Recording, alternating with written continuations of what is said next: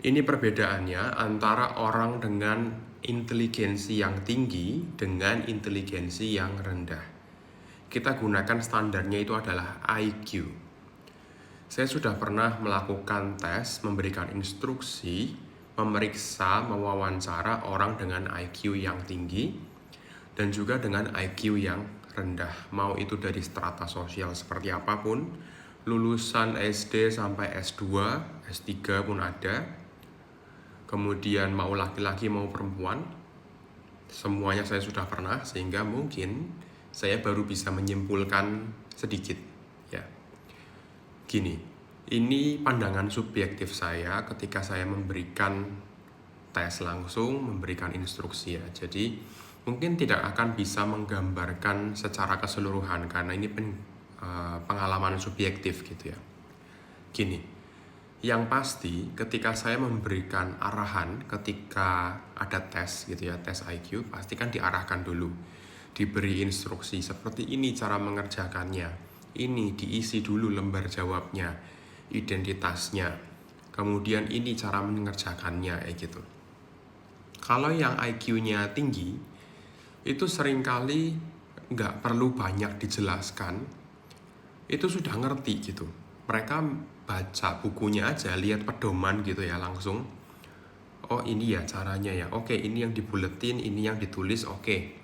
Jadi mereka ngelihat kita, mendengarkan instruksi kita itu hanya untuk konfirmasi saja, bener kan caranya begini gitu. Kadang juga masih nanya gitu, Pak ini kan ya caranya begini ya, konfirmasi, oke gitu. Tapi kalau yang IQ-nya itu bener-bener di bawah gitu ya, mungkin borderline ke bawah lah, antara 79 ke bawah gitu ya. Itu banyak banget yang mereka nggak mau lihat pedoman, mau lihat pedoman pun hanya dilihat aja dan mereka nggak ngerti itu tulisan apa, isinya apa, artinya apa. Kemudian ketika dijelaskan, mereka itu sering cuman iya aja gitu ya, nggak mau ngerti gitu ya. Sudah gitu, mereka nggak mau nanya, nggak mau ngerti gitu ya.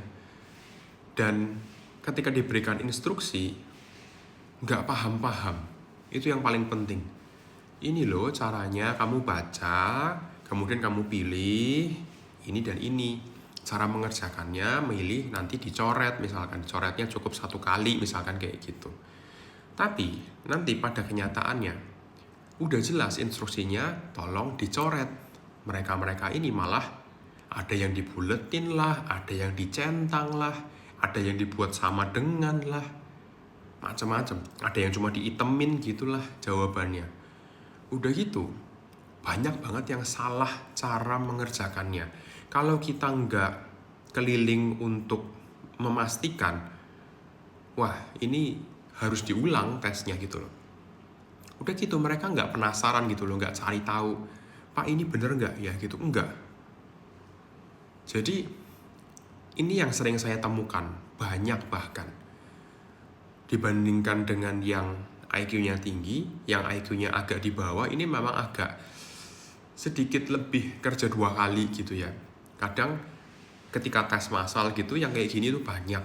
Sehingga kita harus memastikan, stop dulu, cek dulu semuanya. Kalau sudah benar baru. Ujung-ujungnya sih sama-sama bisa gitu ya, sama-sama benar gitu.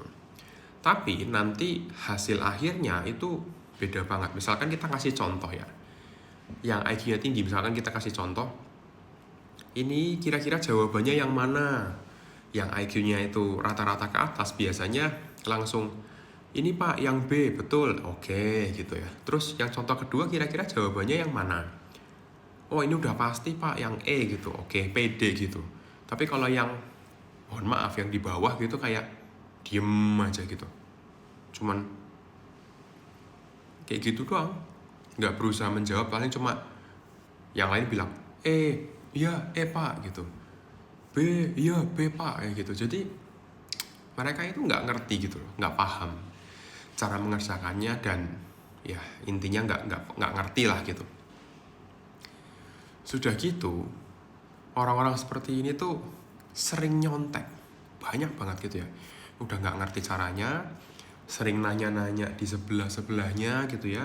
Terus nanti nyontek, nggak tahu deh bener atau salah, pokoknya saya contek gitu. Tapi nanti ketika dikonfirmasi, kenapa jawabannya ini misalkan ya, masih contoh gitu, nggak bisa jawab, nggak bisa gitu loh.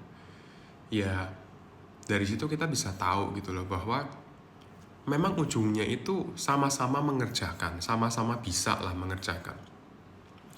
Tapi jumlah benarnya itu pasti lebih banyak yang rata-rata ke atas dibandingkan yang di bawah rata-rata dan borderline ke bawah. Pasti kalau itu. Kemudian yang skornya lebih banyak ya otomatis IQ-nya berarti lebih tinggi gitu. Tapi ujungnya memang IQ yang mau yang tinggi, mau yang rendah pun ujungnya sama-sama bisa ketika kita berikan instruksi, sama-sama bisa paham gitu. Tapi yang IQ-nya di bawah itu kita harus kasih instruksinya itu bisa sampai 5 kali, 10 kali baru bisa, oh iya paham Pak. Itu pun masih bisa salah gitu. Tapi kalau IQ-nya itu lumayan gitu ya, rata-rata ke atas biasanya 1 kali 2 kali aja udah cukup. Konfirmasi sekali dengan pertanyaan juga sudah cukup gitu. Nah, sehingga di sini kita bisa lebih tahu gitu ya, oh ini nih ya IQ-nya memang segitu gitu. Ya, paling enggak itu yang dari hasil observasi saya selama bertahun-tahun ini menghadapi tes IQ orang-orang dengan IQ yang macam-macam gitu yang bervariasi, kemudian secara demografis juga bervariasi. Dan kesimpulan saya seperti itu mengenai IQ, mengenai cara mereka bisa memahami gitu ya.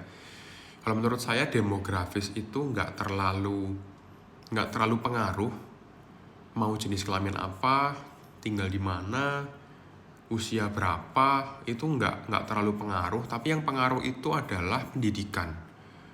Sering banget yang pendidikannya itu SD gitu ya, itu yang IQ-nya di bawah itu lebih banyak. Yang SMP ya mending gitu. Yang SMA IQ-nya di bawah juga ada, tapi banyak juga yang rata-rata gitu. Apalagi yang S1 gitu, S1, S2 sih lebih banyak yang IQ-nya itu rata-rata ke atas lah gitu. Tapi yang akhir-akhir ini ya, yang sekolah itu lulus-lulus aja gitu ya, SD, SMP, SMA kualitasnya jadi menurun. Banyak yang SMA itu ada yang nggak bisa tulis, nggak bisa baca, nggak bisa paham gitu ya.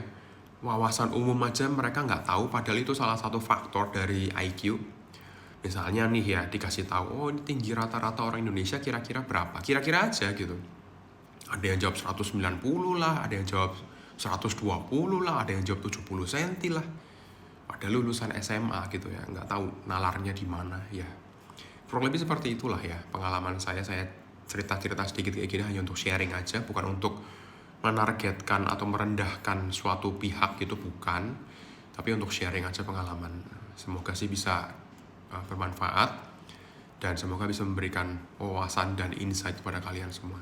Oke? Terima kasih dan salam sehat jiwa ya untuk kita semua.